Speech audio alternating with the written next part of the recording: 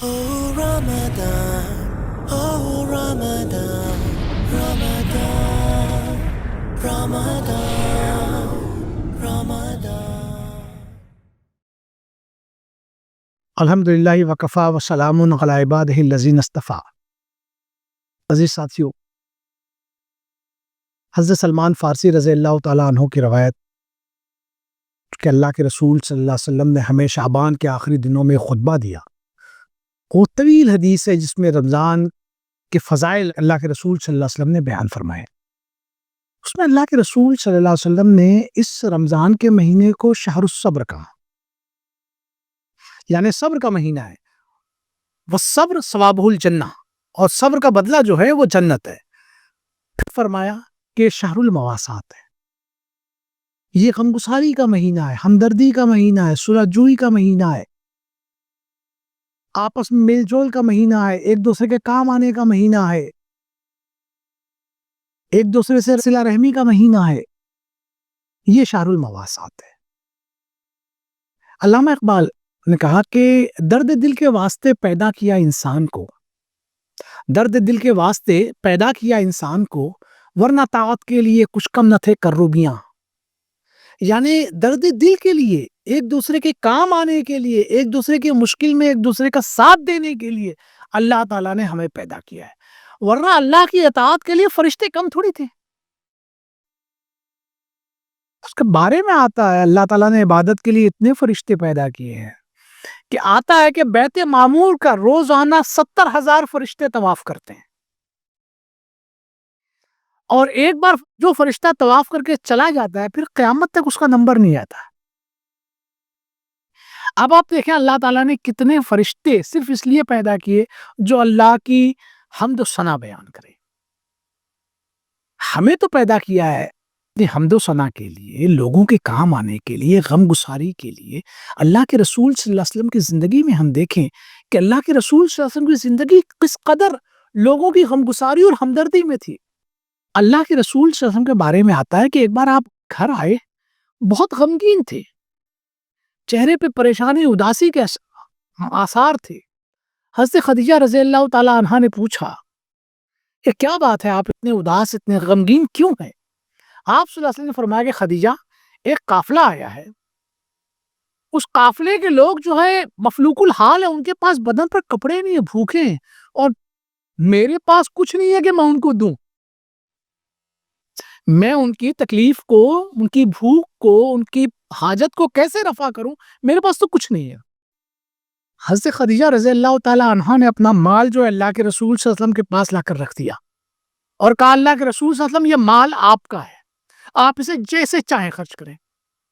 اللہ کے رسول صلی اللہ علیہ وسلم کا چہرے مبارک جو ہے وہ دمکنے لگا، چمکنے لگا، خوشی کے آثار آپ کے چہرے پر آ گئے۔ یہ ہے غم گساری، یہ ہے ہمدردی، یہ ہے ایک دوسرے کے کام آنا، مصیبت میں ایک دوسرے کے کام آنا۔ اسی لیے اللہ تعالیٰ نے ہمیں یہاں پیدا کیا ہے۔ اور رمضان جو ہے وہ شہر المواسات ہے، غم گساری کا مہینہ ہے۔ ہم اگر بھوکے رہتے ہیں صبح سحری سے لے کر افطار تک، تو ہم اس بھوک کو محسوس کرتے ہیں۔ جو ایک شخص جس کے پاس کھانے کو نہیں ہوتا وہ بھوکا رہتا ہے تو کس طرح سے وہ اس کو محسوس کرتا ہے، بھوک میں اس کی کیا کیفیت ہوتی ہے اس کو ہم محسوس کرتے ہیں۔ ایک پیاسا انسان جس کو پانی نصیب نہیں ہوتا، اس کی پیاس کو ہم محسوس کرتے ہیں پیاسے رہ کر۔ تو یہ دراصل ایک دوسرے کے کام آنے کا مہینہ ہے۔ یہ شہر المواسات اسی لیے اللہ تعالیٰ نے اسے فرمایا۔ اب اس کو دیکھیں آپ کہ اللہ تعالیٰ نے اس دنیا کو دارالامتحان بنایا ہے، یعنی یہ امتحان کی جگہ ہے اس شخص کے لیے بھی جسے اللہ تعالیٰ نے وسائل کے ساتھ پیدا کیا ہے، جسے اللہ تعالیٰ نے مال و دولت کے ساتھ پیدا کیا ہے، جو منہ میں سونے کا چمچہ لے کر پیدا ہوا ہے، اس کے لیے بھی یہ دارالامتحان ہے، اور اس شخص کے لیے بھی دارالامتحان ہے جو اس وقت فقیر ہے، مفلوق الحال ہے، اور جس کے پاس اللہ تعالیٰ نے وسائل و ذرائع نہیں دیے ہیں۔ یہ دونوں کے لیے دارالامتحان ہے۔ اس شخص کے لیے جس کو اللہ تعالیٰ نے مال دیا ہے، اس کے لیے امتحان یہ ہے کہ وہ اپنے ان بھائیوں کو جن کو اللہ تعالیٰ نے اس دنیا میں وہ مال و دولت نہیں دیا ہے، جنہیں اللہ تعالیٰ نے محتاج بنایا ہے، ان کی حاجت کو کیسے رفع کرتا ہے۔ یہ اس شخص کے لیے امتحان ہے۔ اور اس شخص کے لیے جو حاجت مند ہے وہ اپنی حاجت کو اپنی ضرورتوں کو کتنا سمیٹ کر رکھتا ہے اور دوسروں کے آگے ہاتھ نہ پھیلائے، اللہ تعالیٰ سے ہی مانگے، یہ اس کے لیے بھی امتحان ہے۔ تو در حقیقت اللہ تعالیٰ نے اگر ہمیں اپنے فضل سے نوازا ہے تو آپ یہ جانیے کہ اس فضل میں کس کا بھی حصہ ہے۔ روایتوں میں آتا ہے، حضرت ابو سعد رضی اللہ تعالیٰ عنہ کے بیٹے روایت کرتے ہیں اپنے والد کے بارے میں، کہتے ہیں کہ را ابا سعد ان لہ فضلا علی من دونہ، کہ ابو سعد یعنی میرے والد کا یہ خیال تھا کہ ان کو اللہ تعالیٰ نے دوسرے لوگوں پر فوقیت دی ہے، ان کو اللہ تعالیٰ نے نوازا تھا۔ اللہ کے رسول سے فرماتے ہیں انما تنصرون وترزقون بضعفائکم، کہ تمہاری جو مدد کی جاتی ہے، اللہ تعالیٰ جو تمہاری مدد کرتا ہے یا تمہیں جو رزق دیتا ہے، یہ تمہارے کمزور لوگوں کی وجہ سے دیتا ہے۔ آپ دیکھیں جو جتنا لوگوں کے کام آتا ہے، اللہ تعالیٰ کا فضل اس پر اتنا ہی زیادہ ہوتا ہے۔ اللہ کے رسول صلی اللہ علیہ وسلم فرمایا کہ صدقہ دینے سے مال کم نہیں ہوتا ہے۔ آپ نے کبھی اس شخص کو کنگال ہوتے ہوئے نہیں دیکھا ہوگا جو لوگوں کی حاجت، لوگوں کی ضرورتوں پر اپنا مال خرچ کرتا ہے۔ ہاں، اس شخص کا معاملہ بالکل الگ ہوتا ہے جو کنجوسی کرتا ہے، لوگوں کے کام نہیں آتا، لوگوں پر اپنا مال خرچ نہیں کرتا، آپ یہ جانیں کہ اس کا مال برباد ہو جاتا ہے۔ لیکن میں نے آج تک کسی ایسے شخص کو نہیں دیکھا کہ جس نے اپنے مال کو لوگوں کی ضرورتوں پر خرچ کیا ہو اور پھر اللہ تعالیٰ کی طرف سے اس کو ملٹیپل ریٹرن نہیں ملا ہو۔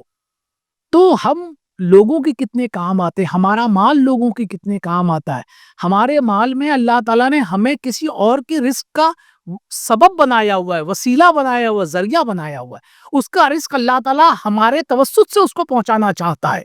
یہ ہمارے لیے شرف کی بات ہے، عزت کی بات ہے، اور اس میں ایک گونا امتحان بھی ہے۔ اگر ہم نے نہیں پہنچایا اس تک تو ہم امتحان میں ناکام ہو گئے، اور ہمارے ذریعے اس کو مل رہا ہے، اگر ہم نے اس کو پہنچایا تو اللہ تعالیٰ ہمیں اور مزید اپنے فضل سے نوازے گا۔ تو یہ ہمیں سمجھنا چاہیے، یہ شاہ المواسات ہے، اس میں ہم لوگوں کے درد کو محسوس کرتے ہیں، اور جب انسان درد کو محسوس کرتا ہے تبھی وہ حقیقی خیرخواہ بھی ہوتا ہے۔ تو اس رمضان کے مہینے میں ہمیں چاہیے کہ ہم زیادہ سے زیادہ لوگوں کے کام آئیں، لوگوں سے ہمدردی کریں، لوگوں کی غمگساری کریں، ان کی تکلیفات کو دور کریں، اللہ تعالیٰ سے ان کے حق میں دعا کریں، اور اگر ہمارے پاس اللہ تعالیٰ نے وسائل و ذرائع دیے، مال و اسباب دیے، تو ہم اپنے مال و اسباب اپنے اس کو خرچ کریں ان کے اوپر، تاکہ ان کو تکلیفوں کو ہم رفع کر سکیں اور اللہ کے ہاں زیادہ سے زیادہ اجر پا سکیں۔ اللہ کے رسول صلی اللہ علیہ وسلم کی وہ حدیث جو حضرت سلمان فارسی کی ہے، جس میں اللہ کے رسول صلی اللہ علیہ وسلم نے رمضان کے فضائل بیان کیے، اس میں آخر میں اللہ کے رسول صلی اللہ علیہ وسلم فرماتے ہیں من خفف قد مملوکہ شیئن غفر اللہ لہ وآتقہ من النار، کہ جس نے اپنے غلام سے اس مہینے میں اس کے کاموں میں تخفیف کر دی، اس کے کام کو آسان کر دیا، اس کے کام کو کم کر دیا، اللہ تعالیٰ اس کی مغفرت کرے گا، وَآتَقَهُ مِنَ النَّارِ، اور آگ سے اس کی گردن کو آزاد کر دے گا۔ یعنی آپ نے اس کو محسوس کیا، مشکل کو، مصیبت کو اپنے غلام کی، اور اس پر کام کا بوجھ کم ڈالا، اس لیے کہ ظاہر سی بات ہے انسانی سکت نہیں ہوتی کہ روزہ رکھ کر بھی انسان بہت زیادہ کام کر سکے، تھک جاتا ہے انسان، اس کے اندر اتنی انرجی نہیں، اتنی توانائی باقی نہیں رہ پاتی ہے۔ تو جس نے اس کا لحاظ رکھا اپنے غلام کے بارے میں، اپنے نوکروں کے لیے، ان سے کم کام لیا اس مہینے میں، اللہ تعالیٰ کی طرف سے ضمانت ہے اس کی مغفرت کی اور جہنم کی آگ سے چھٹکارے کی۔